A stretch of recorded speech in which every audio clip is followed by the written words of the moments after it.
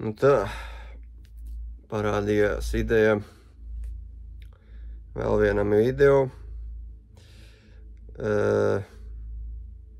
Droši vien lielākai daļai nepopulāram video ar kaut kādām muļķīgām novecojušām idejām. Bet, diemžēl, daudziem vai par laimi citiem es nevaru neko izmainīt savā uzskatu sistēmā, savā dzīves vērtību un citu kvalitāšu vērtēšanā. Nu, nevaru. Vienkārši nespēju pieņemt kaut ko vienu, un otrādi es pieņemu kaut ko citu. Tā kā, jā, runa ir atkal par vīriešiem, sievietēm, bērniem un tā tālāk. Vakarā sāku lasīt tādu vienu grāmatu, šādu te. Nosaukums tāds spēcīgs un iedvesmojošs, bet sākums bišķi mani iesita pa purnu, tā kā bišķiņ likā acīm šitā te palikt. Wow. Nu jā. Kāpēc? Nu tā. Tātad jau pašā ievadā, pēc tā autora teiktā, katram cilvēkam ir savā sievišķā un vīrišķā pusē. Nu, protams, ka tā arī ir, jā. Bet viņš uzskata, ka šobrīd jau tas ir 50/50. Un tas ir ļoti labi, ka mēs tā kā vienādi spējam gan sievišķajās enerģijās, gan vīrišķajās tā kā dzīvot un izpausties. Nu, nepiekritīšu. Ne. Jā, katram ir sievišķā, vīrišķā enerģija, protams, bet, maksimāla koncentrācija vai sadalījums pareizāk būtu manā skatījumā tātad 80/20. Tātad, ja tu esi bārdains vīrietis, jā, nu tātad 80% vīrišķīgs, 20% maksimums tu arī atļauties būt sievišķīgs, tātad izrādīt emocijas vai būt vājš tur un tā tālāk. Ne 50/50, ne. Tad iestājās, bardaks, visi dara, ko vien grib. Bet, viņš tur nesaskatā bardaku, viss tas ir forši labi, kad vīrieši spēj saprast, kā tad jūtās sievietes var iet realizēties, darīt lielas lietas tur un visu kaut ko. Un lielākā problēma, kāpēc tad mūsdienās daudzi cieši, kāpēc ir visādas mentālas un emocionālas problēmas, kāpēc tur nav laimes, harmonijas attiecībās. Tātad viņa prāt, jo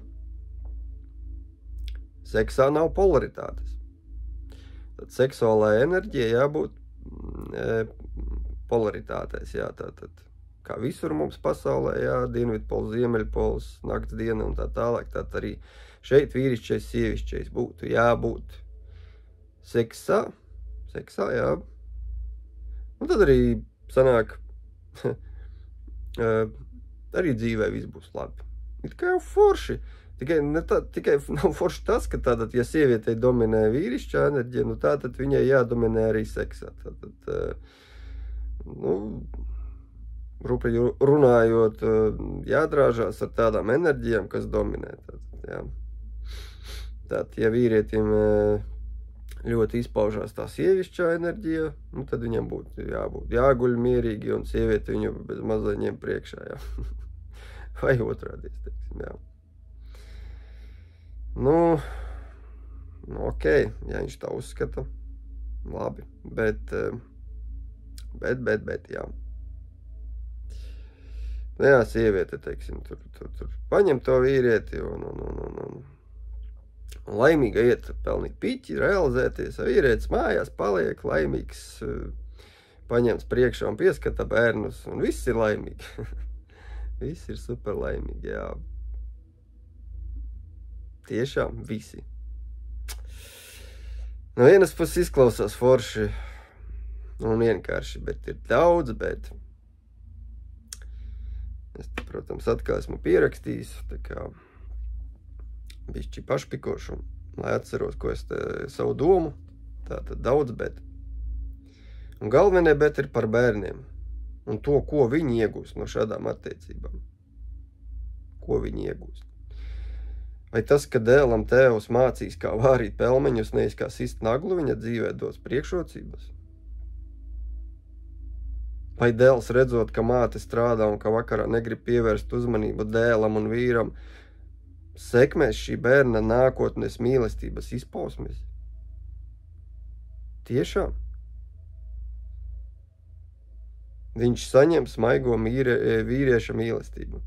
Un šad tad rūpjo sievietes mīlestību, tad, kad viņa atnāks noguris mājās, viņa tur uzmetīs aci, nu, čau, buču iedos ar labu nakti. Vai tas ir pareizi? Tiešām?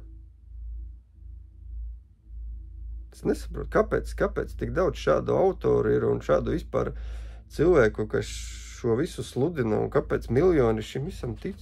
Tiešām? Tas ir pareizi? Kāpēc tiek iets pret dabu? Bet tiešām viņi uzskata, ka bērns var saņemt sievišķu enerģiju arī no vīrieša? Vai otrādies? No sievietes vīrišķu? Tiešām? Tiešām tas ir pareizi? What the fuck? What the fuck? Tas ir kā, nezinu, no zaķa prasītu, lai viņš ir vilks. Pat ja tas zaķis ir tik ļoti agresīvs un spēcīgs, viņš nekad nekļūs par vilku. Un otrādies, vājš un nespēcīgs vilks nespēs izdzīvot vienkārši. Tad kāpēc cilvēkiem tas skaitās normāli? Vai nu es kaut ko nesaprotu? Nevar nolikt, ka tiešām daudziem vīriešiem dominē sievišķa enerģija un otrādies. Kāpēc viņiem tā ir? Tā ir dažādi varianti, protams. Vai nu tāpēc, ka varbūt dvēseli tur augšā tā nolēma. Tev dominē sievišķa enerģija. Ok. Arī atkal jautājums, kāda mācība no tā ir jāsaprot. Ļauties tā enerģijai, vai tieši otrādies? Neļauties un saprast, kā tad ir, kad tās divas enerģijas savā starpā tur vienā ķermenī mēģina sadzīvot. Jo fizisko ķermeni tu neapmānīsi. Fizisko izskatu un tieksmes vīrišķās sievišķās, tu neaizbēgsi. Vilks nevarēs skriet pa mežu un teikt, es esmu zaķis. Tā arī šeit. Jā, viņš tur var to darīt. Protams, ka var. Bet vai tiešām to vajag? Vai augot enerģētiski pareizā ģimenē? Kaut kas mainītos? Vai joprojām enerģijas polaritātes sadalījums paliktu tāds pats? Manuprāt, ja tas netiek darīts agresīvi, te neiet runa par mačo maisaimnieces to lomām, ko arī šis autors tajā grāmatā piemin, ka tas ir jau kaut kāds jau, aizvēsturīgs. Jā, protams, tas nav gluži pareizi tādās enerģijās agresīvās, jā, un pārspīlētās. Un ja tas netiek darīts agresīvi, tad pareizi audzinot dēlus vai meitas, var šo polaritāti mainīt. Varbūt ne pilnīgi pa 100%, bet var tos procentus mainīt. Pat ja paliek nosliece lielāka, ja tur uz pretējā dzimuma enerģijām, tai nebūtu jābūt vairs tik lielām, manuprāt. Grāmatā vēl bija teikts, ka nedrīkst, apspiest tās enerģijas, uz kurām velk. Respektīvi, ja vīrietis grib būt vājš un emocionāls, mammas lomas spēlēt aiz ģimenē, adīt zeķes vai audzēt gladiolas, ja, tad lai viņš to arī dara. Vai, ja sieviete grib sociumā izpausties, realizēt mērķus, skriet pēc naudas, slavas, nezinu, nu, lai to dara. Un visi būs laimīgi. Bet vai tiešām visi? Tiešām visi. Bērnu viedokli neviens neuzklausa. Jo priekš kam? Viņi taču ir mazi un neko nesaprot.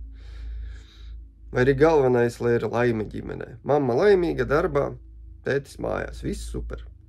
Tiešām? Tiešām.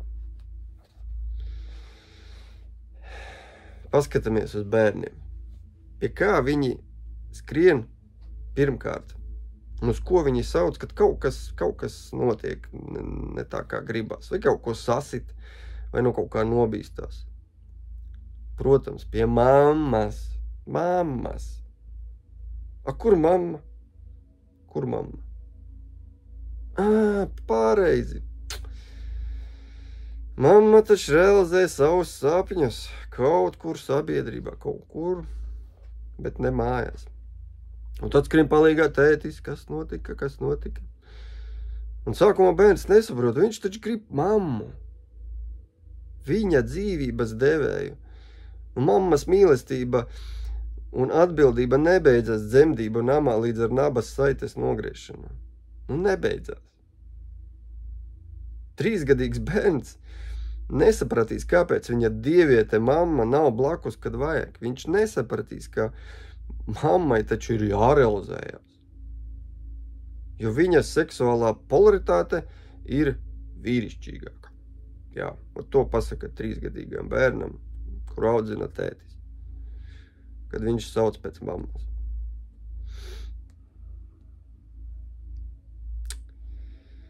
Un tētis, lai arī cik sievišķīgs nebūtu, neaizstās mammu. Ar laiku, protams, bērns pieradīs un varbūt pat dzīvos laimīgu dzīvi. Bet vai viņam būs izveidojusies pareiza izpratne par dabisko lietu kārtību? Vai arī viņš nesapratīs vājā vilka un spēcīgā zaķa lietas? Bet ko darīt tiem, kam ir šīs enerģijas polaritātes novirzes? Ko darīt? No vienas puses, tiešām, ja sieviete ir fenomenāls talants zāģēt kokus vai remontēt auto, kāpēc viņu spundēt mājās ar bērniem virtuvē? Vai kāpēc vīrietim uzņemties vadību, ja viņš grib būt mīļš, maigs mājasaimnieks? Un varbūt patiešām liela mīlestība izstaro no viņa, patiešām, jā. Un viņš spēja daudz iedot bērniem. Ko darīt? Ko darīt? Stulbi būtu apspiest ar varu šīs tieksmes. Stulbi, jā. Īstenībā prasītos grandios ilgtermiņa pētījums, tāds globāls, kur vairāku paudžu laikā pētītu, kā un kas notiek ar bērniem. Dzimstot, augot, pieaugot un audzinot arī savus bērnus pēc tam. Mainot vai saglabājot šīs sievišķās un vīrišķās polaritātes. Kas notiktu, ja vīrišķīgai sievietei liktu ar varu būt sievišķīgai un otrādi? Dari, ko gribi. Un kas notiktu, ja abiem ļautu būt tiem, kas viņi vēlās? Tur būtu jāpēta daudzi faktori. Nevis tikai labsajūta vai laime. Tur būtu jāpēta fiziskie, mentālie, garīgie procesi, potenciāli izmantošana, ilgdzīvošana, slimības un tā tālāk. Un tam būtu jābūt tādam objektīvam pētījumam.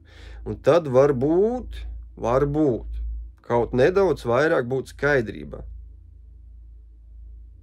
Kā dzīvošana tajā vai citā enerģijā ietekmē cilvēku un visu sabiedrību, jā.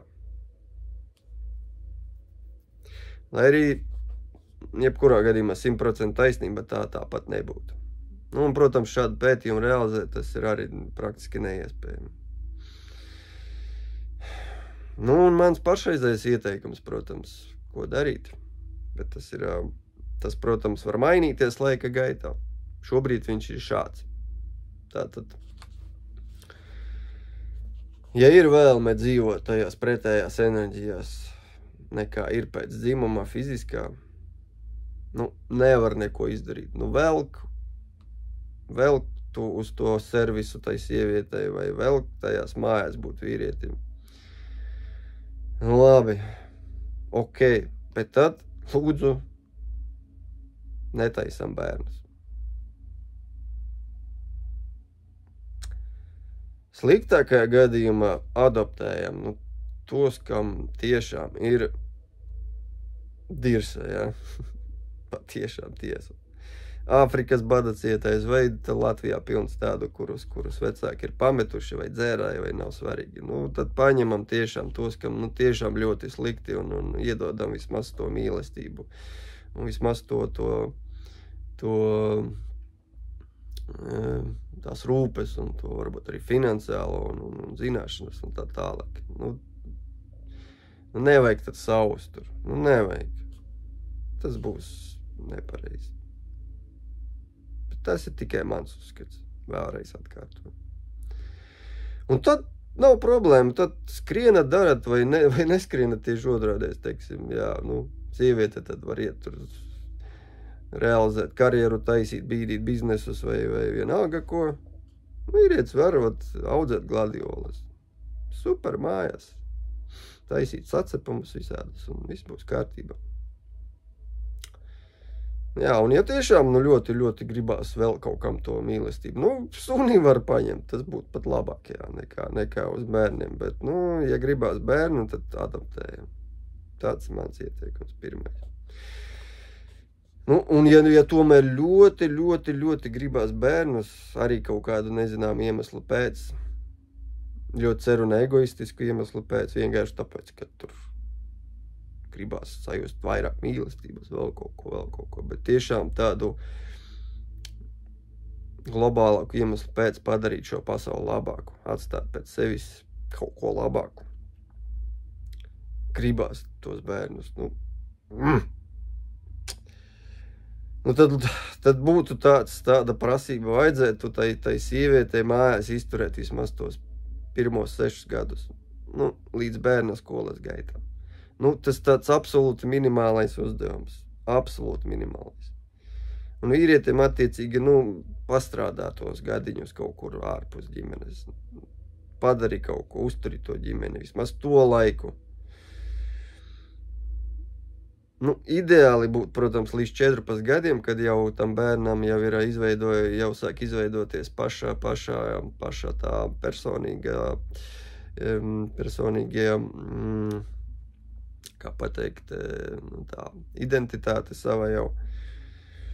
Bet, vismaz 6.